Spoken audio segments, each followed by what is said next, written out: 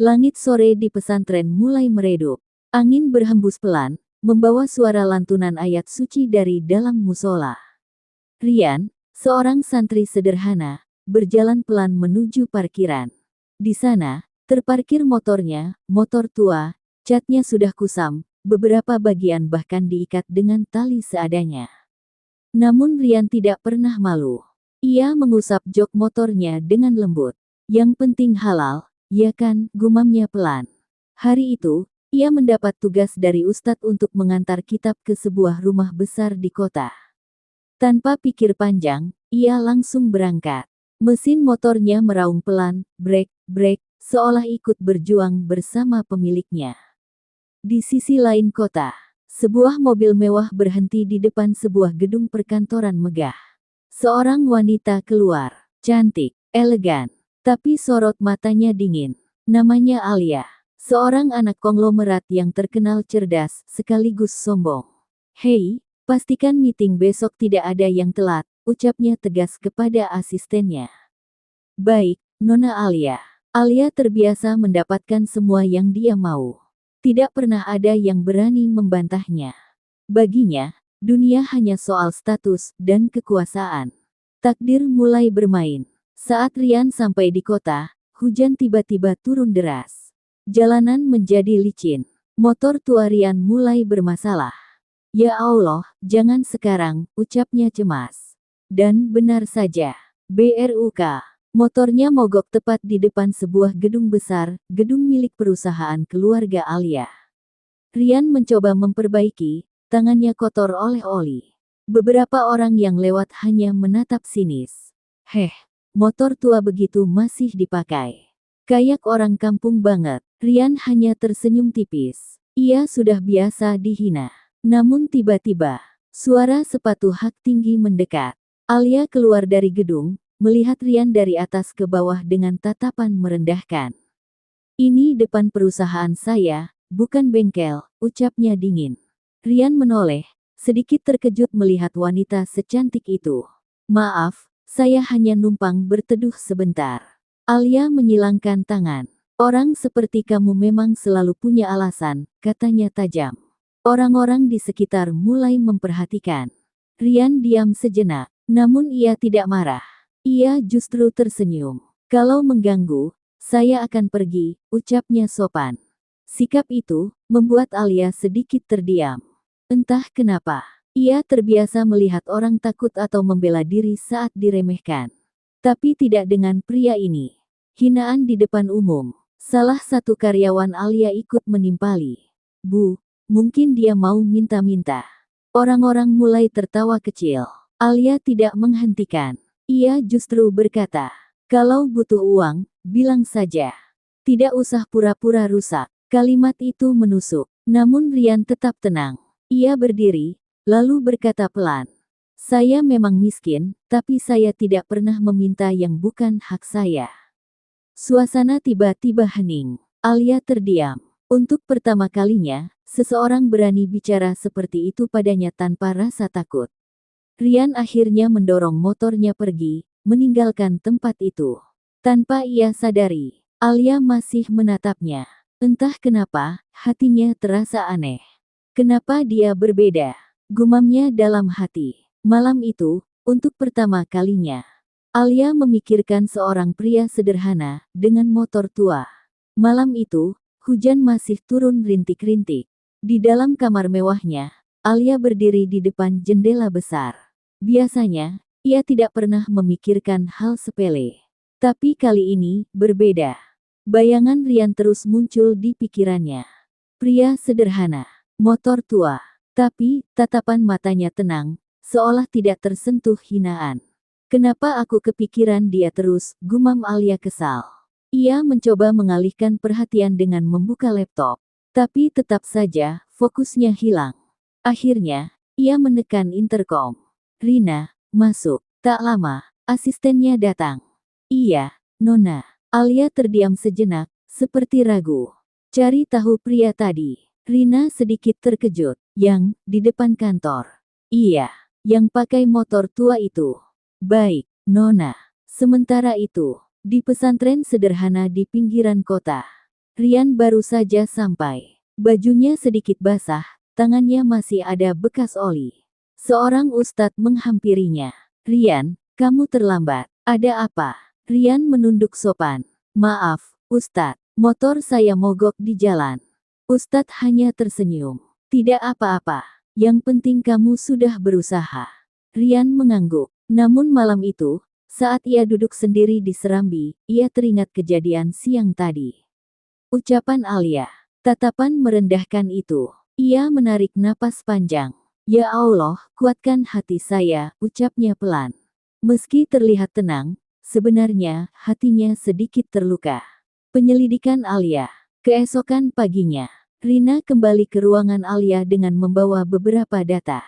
Saya sudah cari tahu, Nona. Alia langsung menoleh. Cepat, namanya Rian. Seorang santri di pesantren Al-Hikmah. Dia juga sering bantu orang-orang sekitar, tanpa dibayar. Alia mengernyit. Tanpa dibayar. Iya. Bahkan katanya dia sering menolak bantuan. Alia terdiam. Dalam pikirannya, aneh. Dia tidak punya keluarga kaya. Tidak, Nona. Dia benar-benar dari keluarga sederhana. Alia menyandarkan tubuhnya di kursi. Untuk pertama kalinya dalam hidupnya, ia merasa kalah oleh seseorang yang tidak punya apa-apa. Siang hari, Alia sedang dalam perjalanan menuju proyek pembangunan milik perusahaannya. Namun di tengah jalan, mobilnya berhenti mendadak. Kenapa? Tanya Alia kesal. Saya cek dulu, Nona, kata sopirnya. Beberapa menit berlalu, mobil tidak bisa menyala. Alia mulai kesal. Cepat perbaiki. Saya tidak punya waktu. Namun tiba-tiba, sebuah suara terdengar. Maaf, mungkin saya bisa bantu. Alia menoleh. Dan, ia terdiam. Rian. Dengan motor tuanya. Pria yang kemarin ia hina, kini berdiri di depannya. Sopir Alia terlihat ragu. Yakin kamu bisa? Rian hanya tersenyum. Insya Allah. Tanpa banyak bicara, Rian langsung mengecek mesin mobil. Tangannya kembali kotor. Beberapa menit kemudian, coba dinyalakan. Mesin mobil hidup. Sopir itu terkejut. Wah, bisa. Alia masih diam. Ia menatap Rian dengan perasaan yang tidak biasa. Kenapa kamu bantu? Tanya Alia tiba-tiba. Rian menoleh. Karena bisa. Padahal kemarin aku, Alia terhenti. Rian tersenyum kecil. Saya sudah lupa. Jawaban itu, justru membuat Alia semakin tidak tenang. Alia membuka tasnya, mengambil sejumlah uang. Ambil ini. Rian langsung menggeleng. Tidak perlu. Alia terkejut. Ini upahmu. Saya tidak bekerja untuk itu. Alia mulai kesal. Semua orang butuh uang. Rian menatapnya tenang. Tapi tidak semua hal harus dibayar. Sunyi. Kalimat itu, seperti menamparkan Alia. Selama ini, ia berpikir semua bisa dibeli. Tapi pria ini, berbeda. Rian kembali ke motornya. Kalau tidak ada lagi, saya pamit. Alia tidak menjawab. Ia hanya menatap kepergian Rian. Untuk pertama kalinya dalam hidupnya, ia merasa kehilangan, padahal baru saja bertemu. Kenapa aku jadi ingin bertemu dia lagi? Bisiknya pelan. Pagi itu, suasana pesantren Al-Hikmah terasa tenang.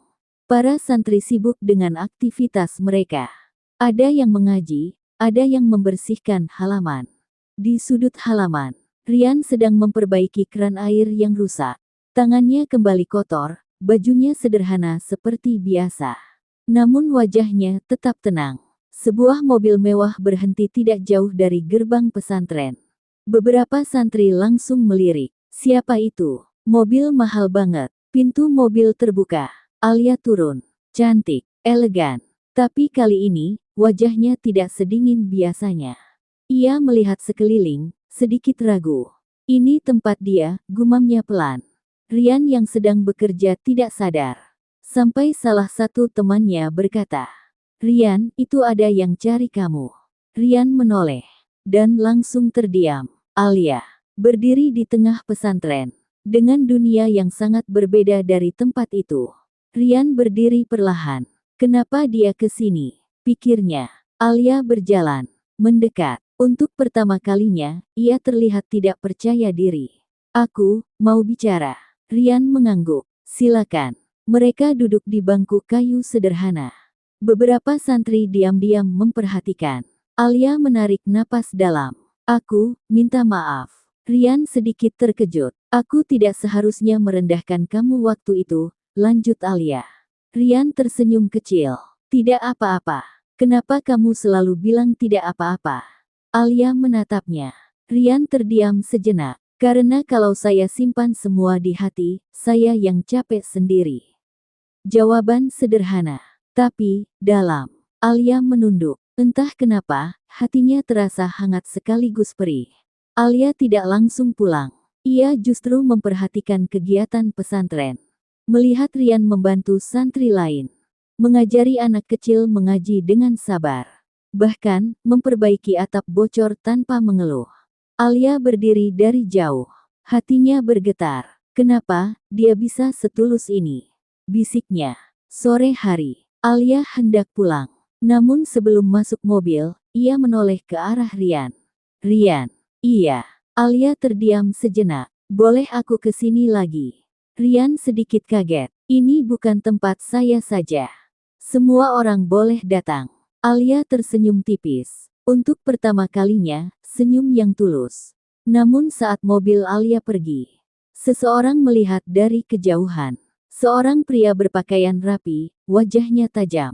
Dimas. Pria yang diam-diam menyukai Alia, dan terbiasa mendapatkan apa yang dia inginkan. Ia mengepalkan tangan. Jadi, dia mulai dekat dengan orang seperti itu. Tatapannya dingin. Gue gak bakal biarin. Awal cemburu. Malam hari, Alia kembali ke kamarnya. Ia membuka ponsel. Tanpa sadar, ia tersenyum mengingat Rian. Kesederhanaannya, ketulusannya, dan cara dia memandang dunia. Rian, bisiknya pelan. Namun di sisi lain, masalah mulai mendekat. Tanpa ia sadari, pagi itu, suasana kota lebih ramai dari biasanya. Sebuah acara besar sedang berlangsung, peresmian proyek perusahaan milik keluarga Alia. Banyak tamu penting hadir, pejabat, pengusaha, dan orang-orang berkelas. Di sisi lain, Rian sedang duduk di pesantren ketika seseorang datang membawa undangan. Ini untuk Rian. Rian membuka surat itu.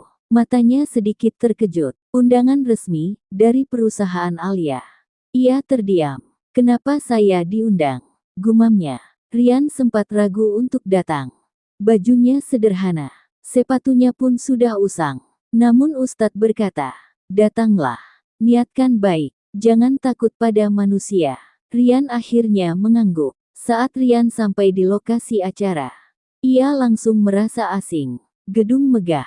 Orang-orang berpakaian mahal. Tatapan mulai mengarah padanya. Dia siapa?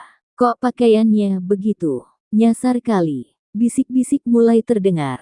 Namun Rian tetap berjalan tenang. Dari kejauhan, Alia melihatnya. Matanya langsung berbinar. Ia berjalan cepat menghampiri. Rian, kamu datang. Iya, jawab Rian singkat. Alia tersenyum. Namun senyum itu tidak bertahan lama.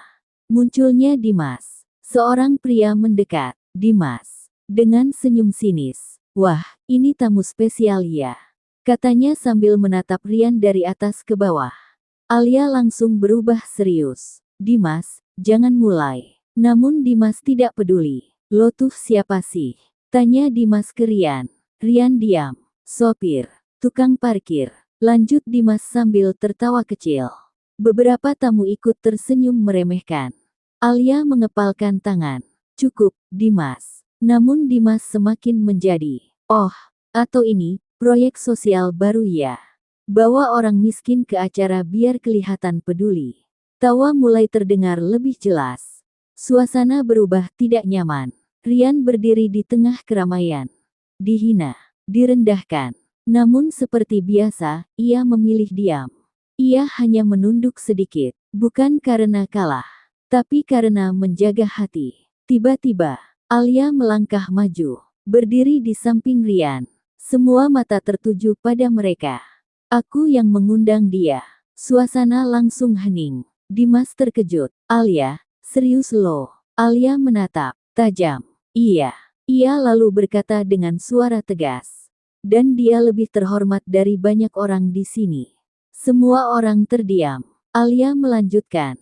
Dia mungkin tidak punya harta. Tapi dia punya hati yang tidak bisa kalian beli. Kalimat itu menghantam suasana. Rian menoleh, menatap Alia. Untuk pertama kalinya, ada seseorang yang berdiri di sisinya. Dimas mengepalkan tangan. Wajahnya berubah dingin. Oke, kalau itu pilihan lo. Tatapannya beralih ke Rian. Gue bakal buktiin, orang kayak dia gak pantas ada di dunia lo. Ancaman itu jelas. Dan berbahaya. Acara selesai. Namun sesuatu telah berubah. Alia menghampiri Rian. Maaf, kamu harus ngalamin itu. Rian menggeleng. Saya sudah biasa. Alia menatapnya dalam. Tapi aku tidak akan biarkan itu terjadi lagi. Hening sejenak. Dan di saat itu, perasaan Alia semakin jelas. Ia jatuh cinta. Malam setelah acara itu, Alia duduk sendiri di kamarnya. Lampu redup. Kota terlihat dari jendela besar. Namun pikirannya hanya satu orang. Rian. Cara dia diam saat dihina. Cara dia tetap tenang. Dan cara dia tidak pernah membalas. Alia memegang dadanya pelan. Kenapa aku jadi sejauh ini? Di tempat lain, Dimas duduk bersama beberapa orang kepercayaannya. Wajahnya dingin. Gue gak suka lihat Alia dekat sama orang itu. Salah satu anak buahnya bertanya. Terus rencana kita? Dimas tersenyum tipis. Jatuhin dia. Fitnah yang kejam. Keesokan harinya, pesantren Al-Hikmah tiba-tiba ramai. Beberapa orang datang dengan wajah serius. Ada laporan kehilangan uang donasi. Suasana langsung heboh. Para santri saling berpandangan.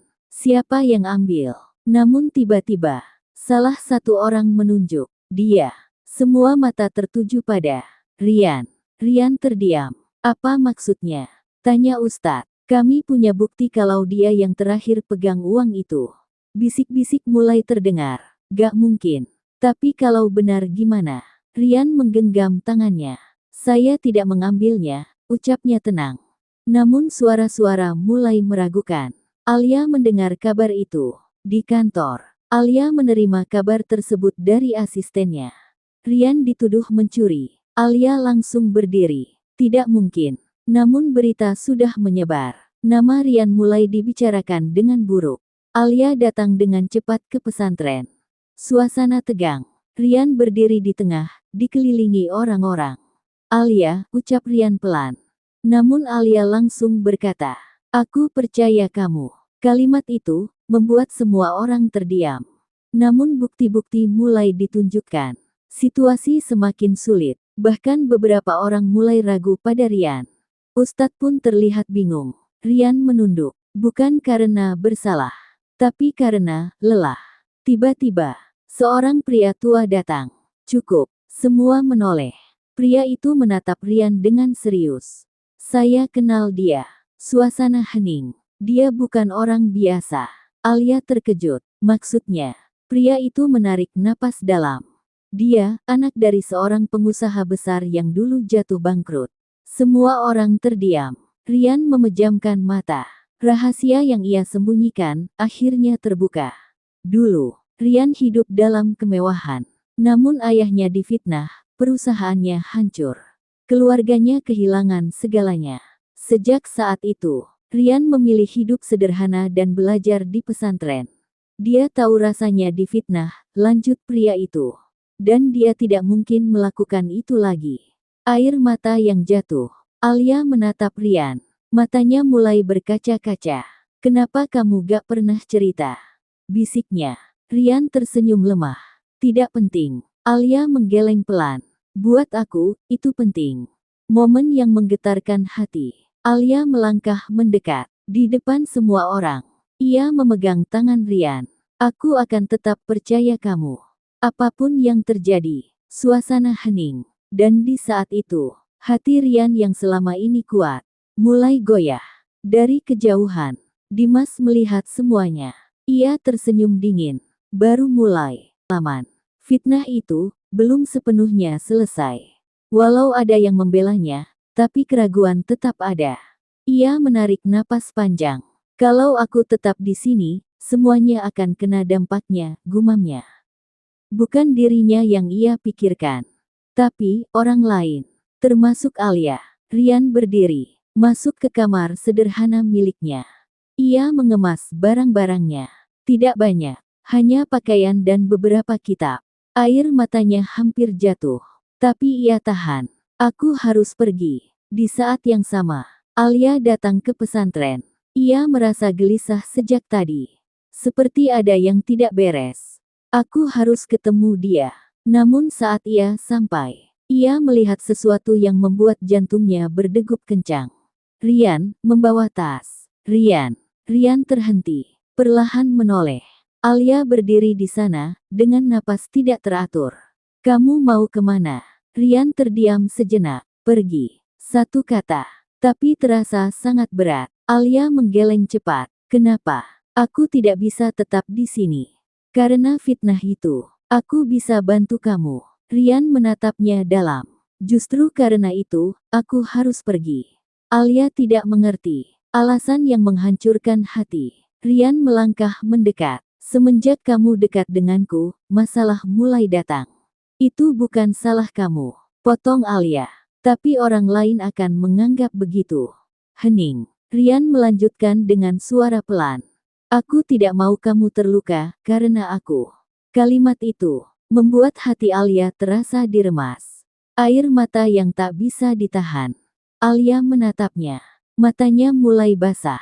Jadi, kamu pergi, demi aku. Rian tidak menjawab, tapi diamnya, sudah cukup.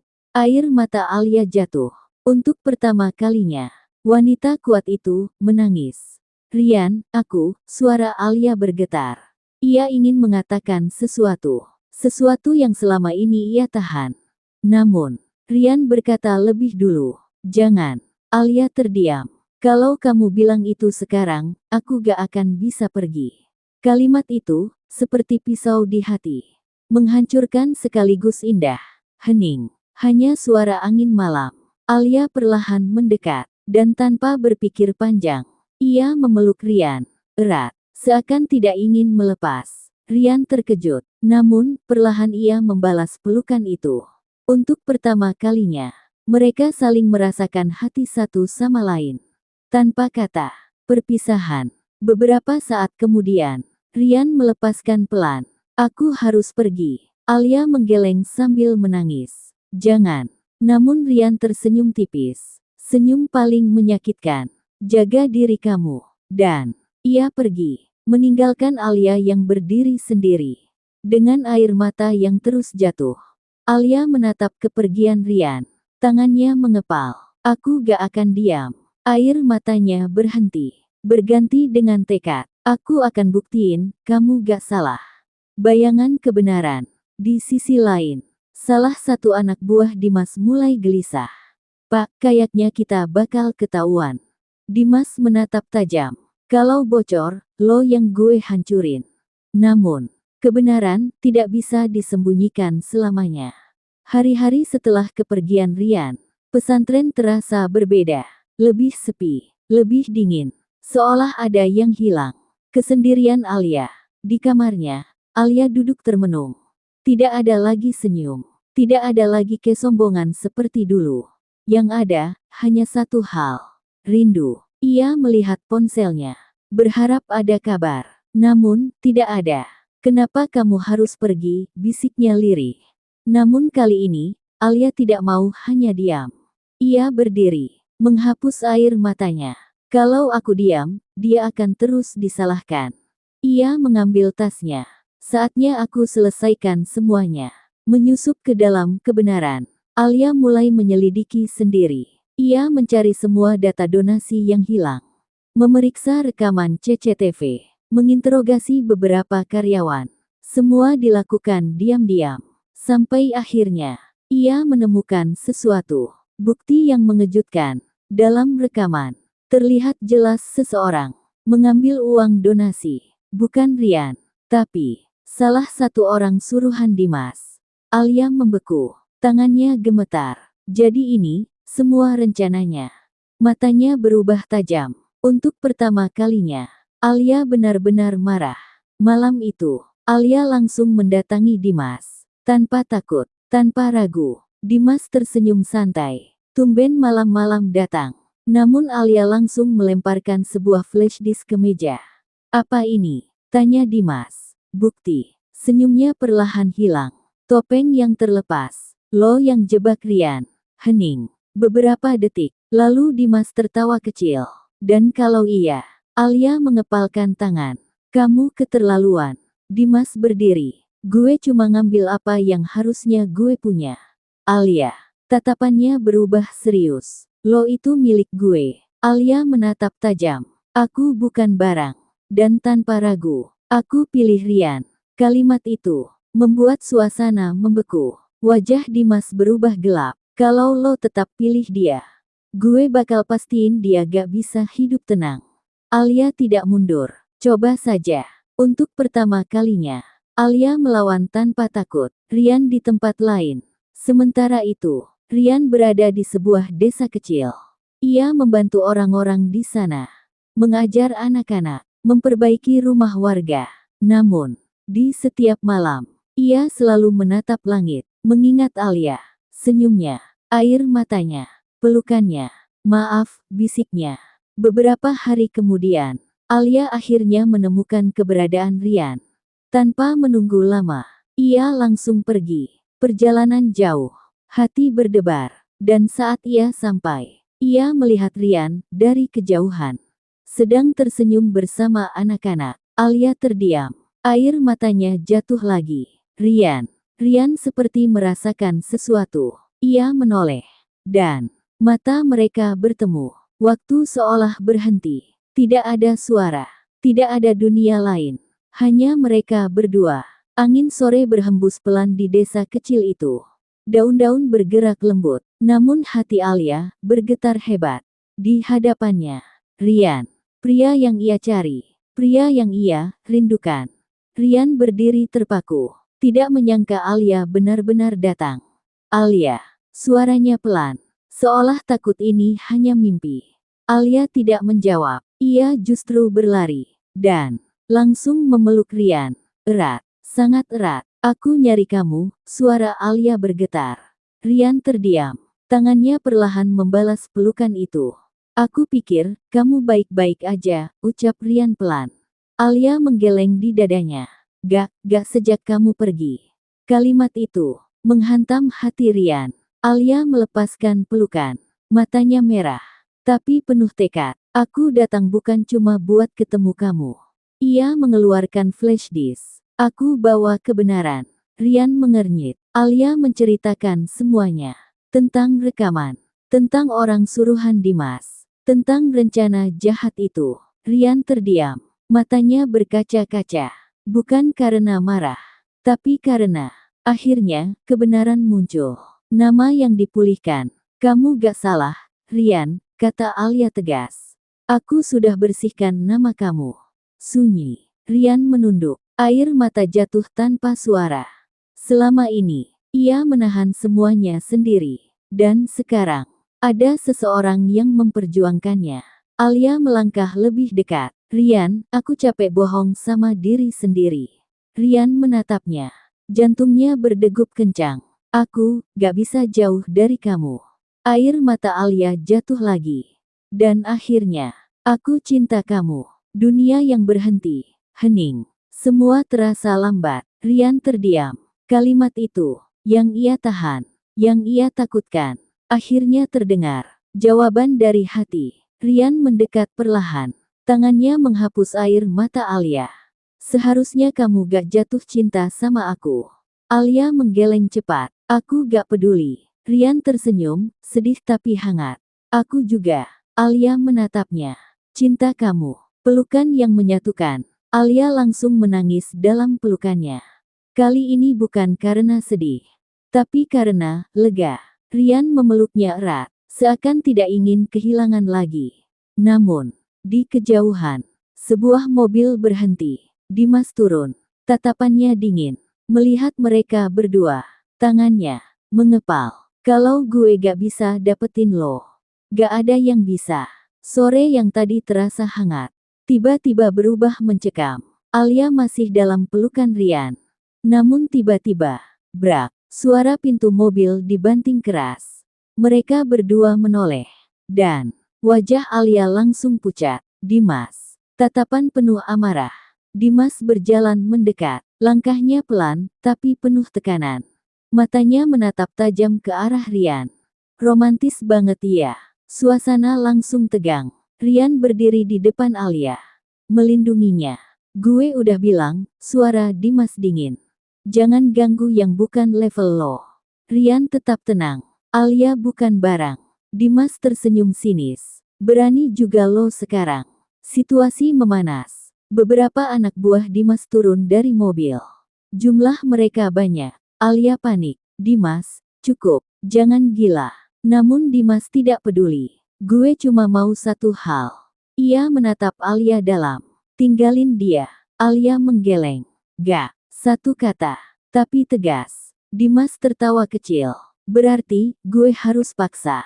Tanpa aba-aba. Anak buah Dimas maju. Rian langsung bersiap. Ia bukan petarung. Tapi ia tidak akan lari. Lari, Alia. Teriak Rian. Namun Alia tidak bergerak. Gak. Aku gak ninggalin kamu. Rian melawan. Menahan serangan. Melindungi Alia. Namun jumlah mereka terlalu banyak. Pukulan demi pukulan. Mendarat di tubuhnya. Alia menangis. Stop. Tiba-tiba. Dimas mengeluarkan sesuatu. Pisau. Semua terdiam. Alia, terakhir kali. Tinggalin dia. Air mata Alia jatuh deras. Tangannya gemetar. Rian berdiri dengan tubuh lemah. Darah mulai terlihat di wajahnya. Ia menatap Alia. Pelan, tapi tegas. Alia. Alia menatapnya dengan panik. Pergi. Alia menggeleng keras. Gak. Namun Rian tersenyum. Senyum paling tulus. Aku gak apa-apa. Dalam sekejap, Dimas maju. Duk. Pisau itu. Menusuk Rian. AARRGHH. Alia menjerit. Rian. Dunia seperti hancur. Rian terjatuh. Tubuhnya lemas. Darah mengalir. Alia langsung berlari memeluknya. Tangannya gemetar. Enggak, jangan gini. Air matanya jatuh tanpa henti. Dimas terdiam. Melihat darah itu. Ia sedikit goyah. Namun semuanya sudah terlambat. Rian menatap Alia lemah. Tangannya mencoba menyentuh wajah Alia. Jangan, nangis. Suaranya hampir hilang. Aku senang ketemu kamu. Air mata Alia semakin deras. Jangan ngomong gitu, kamu harus hidup. Di kejauhan, suara warga mulai terdengar. Beberapa orang mendekat. Dimas panik. Pergi. Teriaknya ke anak buahnya. Mereka kabur. Meninggalkan kekacauan. Antara hidup dan mati. Alia memeluk Rian. Tolong. Warga datang membantu. Namun kondisi Rian sangat kritis. Malam itu, hujan turun deras. Ambulans melaju cepat menembus jalanan. Di dalamnya, Rian terbaring lemah. Tubuhnya penuh luka. Napasnya hampir hilang. Alia duduk di sampingnya. Tangannya menggenggam tangan Rian erat. Rian, kamu harus kuat. Air matanya jatuh tanpa henti. Jangan tinggalin aku. Untuk pertama kalinya dalam hidupnya. Alia benar-benar takut kehilangan. Lampu ruang operasi menyala.